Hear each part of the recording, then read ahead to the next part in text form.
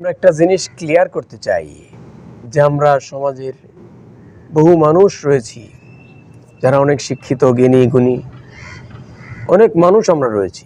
কিন্তু আপনি চিন্তা করে দেখেছেন আমাদের বাংলাদেশে একটা ট্রেন্ড হয়ে গিয়েছে একটা সংবাদ দিয়ে আরেকটা সংবাদকে চাপা দেওয়া হয়। কিছুদিন একটা সংবাদ খুব ভাইরাল থাকে, এই ভাইরাল সংবাদের পর আবার আরেকটা সংবাদ আসে যেটা অনেক পপুলার, ভাইরাল আরেকটা ইনফরমেশন নিউজ। মানুষ আবার ওই নিউজের পিছনে কতদিন থাকে। আমরা তো হুজুগে বাঙালি যে একটা কথা মুরব্বীরা বলেন, কথাটার বাস্তবতা আমরা দেখতে পাচ্ছি আমাদের সমাজের রন্ধ্রে রন্ধ্রে। আপনি চিন্তা করে দেখেন, কিছুদিন আগে রাসেল ভাইপার, কি একটা সাপের নাম রাসেল ভাইপার, এই সাপটা একদিন আবার উধাও হয়ে গেল কেমনে? একটা সপ্তাহ মাত্র এই সাপটার ব্যাপারে অনেক প্রচারণা থাকলো, টেলিভিশনে, মোবাইলে, ইন্টারনেটে, সব জায়গায়। একটা চায়ের দোকানে গল্পগুজব হচ্ছে রাসেল ভাইপার এই সাপ নিয়ে, অনেক নিউজ ছাপানো হচ্ছে। হঠাৎ করে এই সাপ আবার কোথায় চলে গেল? এরপরে আবার আরেকটা গোখরো সাপের নাম চলে আসলো, এটা নিয়ে আবার কয়েকদিন মাতামাতি থাকলো। নতুন নতুন এই ছাগল কাণ্ড, কিছুদিন পরে আবার আসবে গরু কাণ্ড, আবার আসবে হাতি কাণ্ড। তো এই কাণ্ডগুলো কেন ঘটানো হচ্ছে? এই প্রত্যেকটা কাণ্ডের পেছনে এক একটা রহস্য আমাদের জড়িত রয়েছে। আপনি চোখ কান খোলা রাখলে দেখবেন যে আমাদের বাংলাদেশের উপরে বিজাতীয় বিদেশি রাষ্ট্রগুলো একটা চোখ পড়ে গিয়েছে। তারা চায় আমাদের দেশের স্বাধীন সার্বভৌমত্ব নষ্ট করে আমাদের সাংস্কৃতিক আগ্রাসন তারা চালাতে চায়। এগুলো চালিয়ে আমাদের দেশটাকে একটা পঙ্গু করে দেওয়ার চক্রান্ত চলছে। আমরা কিছুদিন আগে দেখতে পেয়েছিলাম আমাদের মাননীয় প্রধানমন্ত্রীর কথাই আমরা ইঙ্গিত পেয়েছিলাম যে আমাদের বঙ্গোপসাগরকে একটা রাষ্ট্র এখানে তাদের ঘাঁটি গাড়তে চায়। আমাদের পার্বত্য চট্টগ্রামকে চাপা দেওয়া হলো। এরপরে আমাদের ইন্ডিয়ান পার্শ্ববর্তী রাষ্ট্র, আমরা দেখতে পাচ্ছি যে ইন্ডিয়ান, আমাদের ভারত, আমরা ভারতীয় উপমহাদেশের সাথে আগে ছিলাম, কোনো প্রবলেম নাই। অদূর ভবিষ্যতে হবো কিনা সেটা আমাদের সময় বলে দিবে। কিন্তু বিষয় হলো যে আমাদের ভারত পার্শ্ববর্তী রাষ্ট্র, আমাদের ইন্ডিয়া অবশ্যই আমাদের বন্ধু রাষ্ট্র, কোনো প্রবলেম নাই। কিন্তু বন্ধু রাষ্ট্রের আড়ালে যদি আমাদের বাংলাদেশের স্বাধীন সার্বভৌমত্ব তারা নষ্ট করতে চায়, এটার সাথে কোনোভাবে আপোষ করার কোনো স্কোপ নাই। আপনি চিন্তা করতে পারেন এই দেশ কারোর নিজস্ব, কারোর কোনো ব্যক্তি মালিকানা এই দেশ কোনো দিনই না।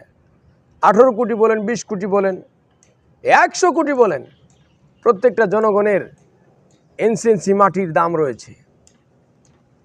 আর প্রত্যেকটা জনগণের নিজস্ব জায়গার বলেই যে সে এই দেশের একচ্ছত্র ক্ষমতার মালিক তা নয়। আমরা 30 লক্ষ বলেন আর 32 লক্ষ বলেন, যাই বলেন, 30 লক্ষ মা বোনের ইজ্জত সম্ভ্রমের বিনিময়ে আমরা এত সুন্দর একটা স্বাধীন সার্বভৌম রাষ্ট্র পেয়েছি। এই রাষ্ট্রের স্বাধীনতা আমাদেরকে ধরে রাখতে হবে, সার্বভৌমত্ব আমাদের ধরে রাখতে হবে। বাহিরের রাষ্ট্রের সাথে আপনি চুক্তি করেন, কোনো সমস্যা নেই, কিন্তু আমার নিজ দেশের স্বাধীন সার্বভৌমত্ব বিনষ্ট করে আমার বন্ধু রাষ্ট্রের সাথে তো বন্ধুত্ব করার কোনো স্কোপ নাই।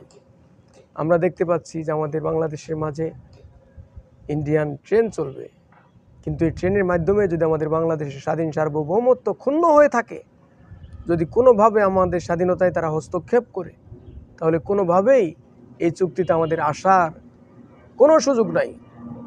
এই জন্য শিক্ষিত জনগোষ্ঠী যারা রয়েছেন, সচেতন মহল যারা রয়েছেন, তাদেরকে আমরা আলেম সমাজের পক্ষ থেকে একটা মেসেজ দিতে চাই যে আপনারা ক্লিয়ার করে জেনে রাখেন, এই দেশ কারোর নিজস্ব ভূমি নয়, কারোর একক ক্ষমতার অধিকার এই দেশ নয়। এজন্য প্রত্যেকের কাছে বিনয়ের সহিত অনুরোধ, আপনি আরও ভাবুন, আরও গবেষণা করুন, আরও চিন্তা করুন যে ইন্ডিয়ানদের সাথে আমাদের যে ট্রেন যোগাযোগ চলবে, কোনো অসুবিধা নেই। কিন্তু এই অসুবিধার মাঝে যদি আমাদের দেশের স্বাধীনতার সার্বভৌমত্ব ক্ষুণ্ণ হয়ে থাকে, তাহলে অনেক বড় অসুবিধা রয়েছে।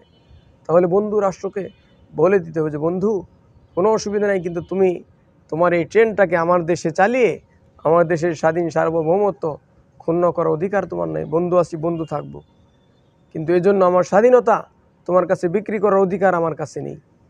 এজন্য সম্মানিত শিক্ষিত এবং চোখ কান খোলা সচেতন মহলকে আমি অনুরোধ করব যে আপনারা বাইরের রাষ্ট্রগুলোর সাথে আমাদের বন্ধুত্বপূর্ণ সম্পর্ক চলবে, কিন্তু সেটা আমার স্বার্থও যদি রক্ষা হয়, তার স্বার্থও যদি রক্ষা হয়, আমার স্বাধীনতা সার্বভৌমত্বে যদি ক্ষুণ্ণতা তৈরি না হয়, তবেই তার সাথে আমার যে কোনো ধরনের চুক্তি চলবে।